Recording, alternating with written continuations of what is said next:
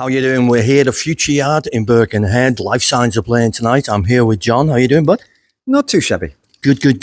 So let's have a look back and let's have life signs in a lifetime. Oof. Now, come on. I mean, what made you kind of go from being just a musician who was playing with other people to wanting to kind of do this yourself? I think, to be honest, it actually started in a pub. Right. Many years ago. Somebody said to me, I wasn't too happy with the way the prog scene was at the time in about 2008, 2007. Right. And they said, well, if you think you can do any better, and that was like that kind of Back to the Future moment, where I was like, well, I can, Yeah. And we did. We had the JYB at the time, John Young Band, and that kind of morphed into Lifesigns, and then Nick Beggs joined in. And, gradually, we didn't actually have a guitarist for the first album. So we used people like Steve Hackett and stuff like that. Yeah. Robin Bolt. It's just some great players. And, because we all do other things for our jobs in the music industry. Well, this tends to be a hobby, but it's a great hobby, And so when we've got time to do this, we make it work, and obviously it's done quite well over the years. So yeah. So would I be presumptuous in saying that the first record was an amalgamation of like kind of music and songs you'd had for a while? No. We wrote from scratch. Yeah. Wow. And that was the beauty of it, really. And then when we finished it, I said to Nick Beggs, who's a very, very good friend of mine, should we go on tour? And he was just so busy with Stephen Wilson and everything else that in the end, we decided that we'd move forwards, and that was when John joined, all those years ago. And then we had Nick O'Sonov playing guitar for us.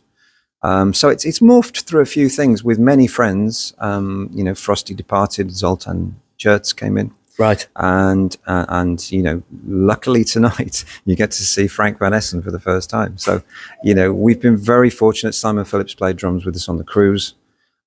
We've been spoiled, that's for sure. Absolutely. So yeah, I did notice that this was supposed to be like a 3-piece. Yes. And then all of a sudden it was like, no, we have another. I know this is Hold On To Your Pants Limited, because we've had probably a day and a half's rehearsal to make this work.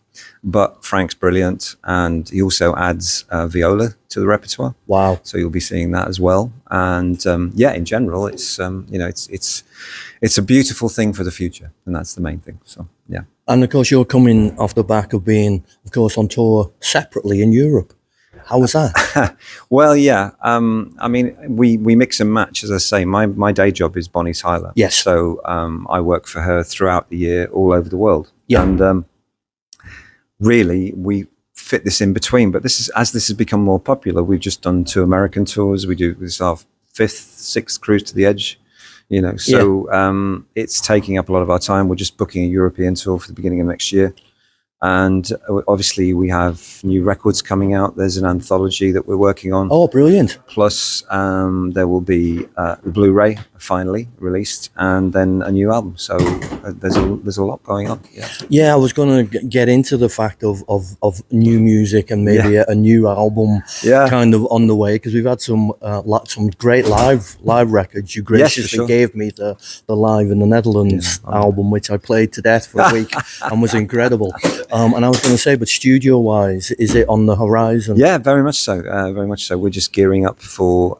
It won't be this year, but it will. We'll start working on it this year and build it through to next year. And it's great to have Frank on board now to work with. Yeah. And know where we're going with it. So it's really good. We've got some new ideas. I think the albums so far, the studio albums, have all been very well received. Yes. Altitude was Prog Magazine's 2nd best album of that year. When you think how many people make albums, it's not bad for a bunch of part-timers. It's frightening, isn't it? It is frightening in many respects. Yeah. You know what I mean?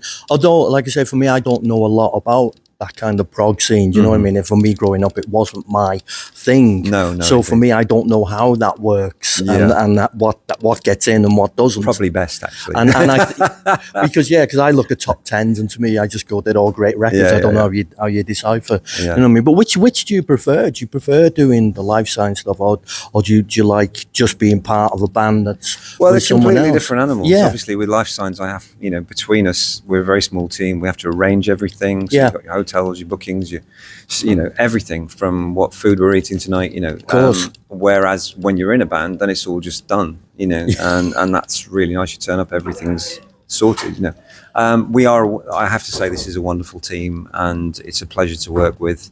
And in the end, really, you know, doing things that you create yourselves is always the most invigorating. Of course. So I think, of course, yeah. And of course, some of the hall, I've seen some of the pictures, some of the halls you were playing recently, they are quite spectacular spaces, aren't they? So it must be nice to get that sound in halls of that stature. Yeah, but obviously, you know, it's quite funny sometimes. I play a bit of a Lifesigns tune in the sound check or something, you know, and people go, "What's that?" You know, and it's a space that takes 35,000 people, and somebody will come and go, "What was that?" You know, it's like the great unknown, you know, one of those things. Yeah. So we expect to see a video of that at some point, a compilation of sound checks. Yeah, smoke and mirrors, I think they like to call it, don't they, in the modern world. So you spoke about an anthology. Yes. So when will that arrive?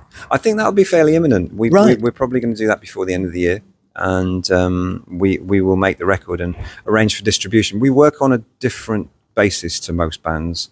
You know, it is more expensive to come to our shows or to buy our records, of course, because we're independent. Yeah, you know, and as an independent, you know, I have to be the first to say that we're not allowed on mainstream radio. We're not allowed in, you know, so far in the shops. We've not been allowed, you know, in so many different things, and that's wrong. Yes, because if you're making good music, it should be appreciated by everybody. But that's just how the industry works. Yeah, you know. But then I guess, playing devil's advocate with it, fans who are fans of Lifesigns can come tonight and can purchase your T-shirts and purchase the records direct from you, and know the money's kind of going direct to the band, as opposed to thinking, oh, well, there's somebody's taking so much out. So I guess it's... But also we can stay true to ourselves. You know, we release records when they're ready rather than when they're due to be released. Of course. So that kind of thing is really important to us. And to have this rapport that we do have with Lifesigns fans around the world is fantastic. It really is fantastic. Yeah, I was going to say, it must be so rewarding, actually. Again, the difference between being with somebody else and being on your own, actually, it must be really, really rewarding. Because I don't think we've had to cut any corners as such. No. We've always, you know, we make things that we think are special, and we've, you know, incredible musicians playing in this band. And how lucky are we? You know? And you get control of all the kind of the packaging, the way it looks, the vinyl, you know, the inner sleeve. You actually get control, don't you? Which again is unique completely in the fact that you can choose all the photos. You can choose everything. That must be nice. I know it's a lot of work, I get it, but it must be nice to be able to kind of, when it's finished, go and you see the finished product, to kind of go, wow. Yeah, there is that. I mean, I think one of the problems we have is we're too fastidious in some ways. So you know, we'll just be pernickety about everything, you know. But that's what makes it work, you know. Yeah, so. I think they call it the hysteria moment in the industry, don't they? Because it took Def Leppard about 30 years to do one record, and they just keep going back to things. But when it's right, isn't it? Absolutely. I guess it is right. So okay, you're not here tonight, but you should be. And the tour goes for, you know, quite a while longer. So check out Lifesigns. Come see us live.